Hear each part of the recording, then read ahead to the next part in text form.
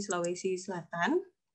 Sore ini akan membawakan materi berkaitan dengan tema yang diberikan oleh panitia dengan judul Eksistensi Pustakawan di Era Pandemi COVID-19 dalam Mewujudkan SDM Unggul.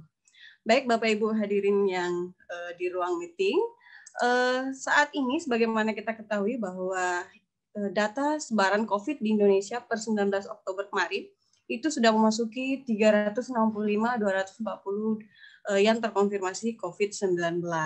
Nah, berkaitan dengan itu menandakan bahwa saat ini Indonesia tidak dalam keadaan baik dengan bermunculan berbagai kasus. Ada beberapa kasus yang menyebar di seluruh wilayah Indonesia.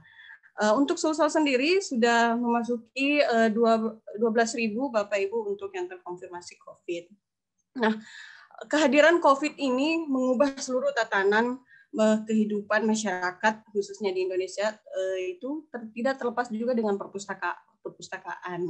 Nah, bagaimana dengan perpustakaan bisa eksis kembali, yaitu dengan bagaimana seorang pustakawan mampu berpikir kreatif dan inovatif dalam menghadapi era pandemi COVID. Jadi yang tadinya kita harus onsite bertemu tatap muka, sekarang kita dialihkan dengan bekerja dari rumah atau work from home. Kemudian pustakawan dituntut bagaimana berpikir kreatif dengan menciptakan ide-ide yang cemerlang. Nah, kemarin Bapak Presiden Joko Widodo dalam perayaan Hari Buku Nasional mengatakan bahwa di saat COVID ini, itu saatnya kita harus banyak-banyak baca buku gitu Bapak Ibu. Jadi bukan hanya buku fisik, tapi buku-buku digital.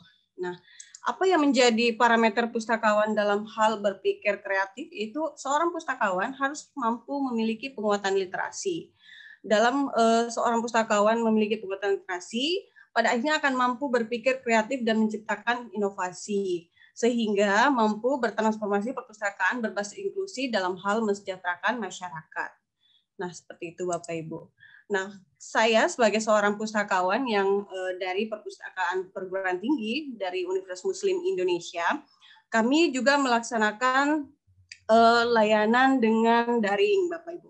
Jadi, tapi tetap harus melaksanakan protokol COVID yang dicanangkan oleh WHO. Kemudian dengan adanya COVID ini, kami melipat gandakan promosi layanan perpustakaan berbasis daring, dengan melakukan bebas pustaka secara daring, kemudian melakukan layanan secara daring, melakukan layanan jurnal maupun elektronik buku, seperti itu Bapak Ibu ya. Kemudian sebagai seorang pustakawan juga harus mampu,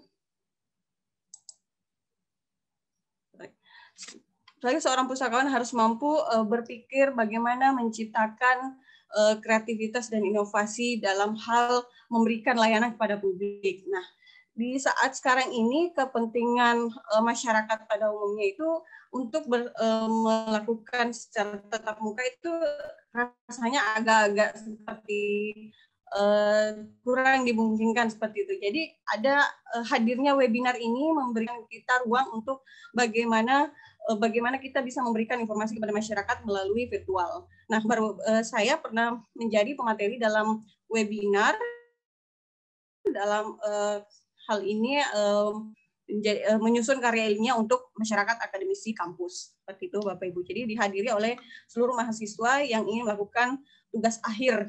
Nah, dalam menghadapi kenormalan baru.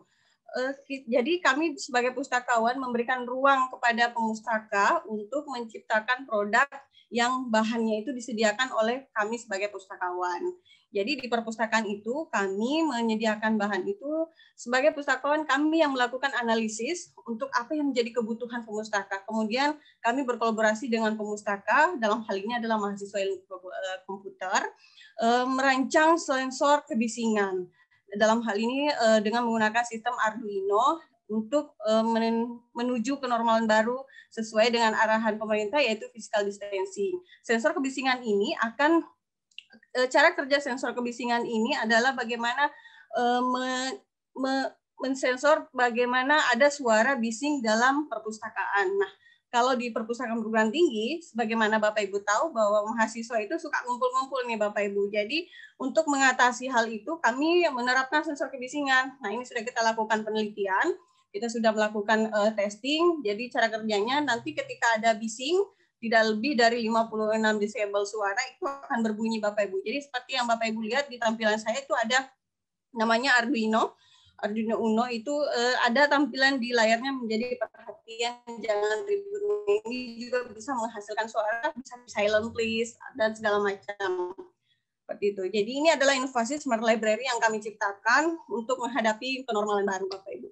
Nah, selain daripada itu, seorang pustakawan tidak hanya harus berada dalam ruangan, tapi harus juga mampu membuat komunitas literasi dalam hal ini untuk mencerdaskan anak bangsa. Yang Bapak Ibu lihat tampilan itu apa? Anak-anak yang begitu antusias dalam hal baca buku. Kemudian Bapak Ibu lihat itu ada di sungai. Dan sungai itu kami memberikan ruang, terserah mereka mau baca di mana, yang penting mereka nyaman, yang penting mereka mau membaca, mau belajar. Nah, untuk minat baca mereka saya rasa itu sangat tinggi, hanya yang kurang adalah media baca mereka. Nah, ini yang dibawa, ini adalah komunitas literasi yang kami bentuk untuk membuat lapak, namanya lapak Perpus Jalanan Sudi, yang kami memberikan ruang kepada masyarakat umum untuk yang ingin membaca secara gratis atau yang ingin melakukan konsultasi, dalam hal ini adalah perpustakaan, yang ingin melakukan kegiatan yang memerlukan pembicara dari orang-orang akademisi, kami bisa membantu sebagai seorang pustakawan. Nah, kemudian ada slide lagi, itu ada anak-anak. Nah, itu anak-anak itu adalah masyarakat yang tidak mendapatkan kesempatan belajar, kami memberikan ruang untuk belajar itu. Ya, kemudian berikutnya adalah untuk gagasan dari Dinas Provinsi Sulawesi Selatan sendiri dalam hal ini bertransformasi perpustakaan berbasis inklusi sosial, itu menciptakan ada perpustakaan lorong Bapak Ibu. Jadi di setiap lorong itu ada perpustakaan. Kemudian sampai hari ini ada sekitar 40 lorong untuk perpustakaan di Sulawesi Selatan sendiri yang dimasukkan dalam hal berbasis inklusi sosial. Kemudian ada perpustakaan desa. Jadi bantuan hibah yang diberikan itu adalah berbentuk komputer, buku, dan rak buku. Jadi ini adalah bagaimana Dinas Perpustakaan itu sendiri memberikan ruang kepada masyarakat untuk meningkatkan kecerdasan dan kesejahteraan mereka untuk lebih produktif. Kemudian ada perpustakaan komunitas. Jadi perlu Bapak Ibu ketahui bahwa di Sulawesi Selatan itu ada banyak sekali komunitas literasi yang ada di sini, dan itu sangat peduli dengan literasi yang ada di Indonesia, khususnya untuk di Sulawesi Selatan sendiri. Nah, itu tidak terlepas dari gerakan gagasan Dinas Perpustakaan Provinsi Sulawesi Selatan dengan memberikan beberapa bantuan hibah seperti komputer dan buku serta sesuai dengan kebutuhan pemustakaannya. Nah, Bapak Ibu sekalian, perlu ketahui bahwa Dinas Provinsi Sulawesi Selatan itu saat ini membuat gagasan baru namanya Perpustakaan Ibu dan Anak. Jadi bukan cuma rumah sakit ibu dan anak ya Bapak Ibu, tapi juga ada perpustakaan ibu dan anak. Tujuan daripada dibuatnya perpustakaan ibu dan anak ini yang akan launching pada Desember nanti Bapak Ibu 2020. Insya Allah semoga terrealisasi dengan cepat. Jadi tujuannya adalah bagaimana ada ruang untuk anak dan ibu dalam hal mencari informasi dan mereka dapat melakukan produktivitas. Jadi mereka setelah keluar dari situ mereka tercerahkan dengan membuat produk-produk barang untuk produktif untuk mensejahterakan kehidupan mereka. Jadi itu adalah tujuan daripada gagasan Dinas Perpustakaan Provinsi Sulawesi Selatan. Dalam hal ini bagaimana bertransformasi perpustakaan berbasis inklusi sosial.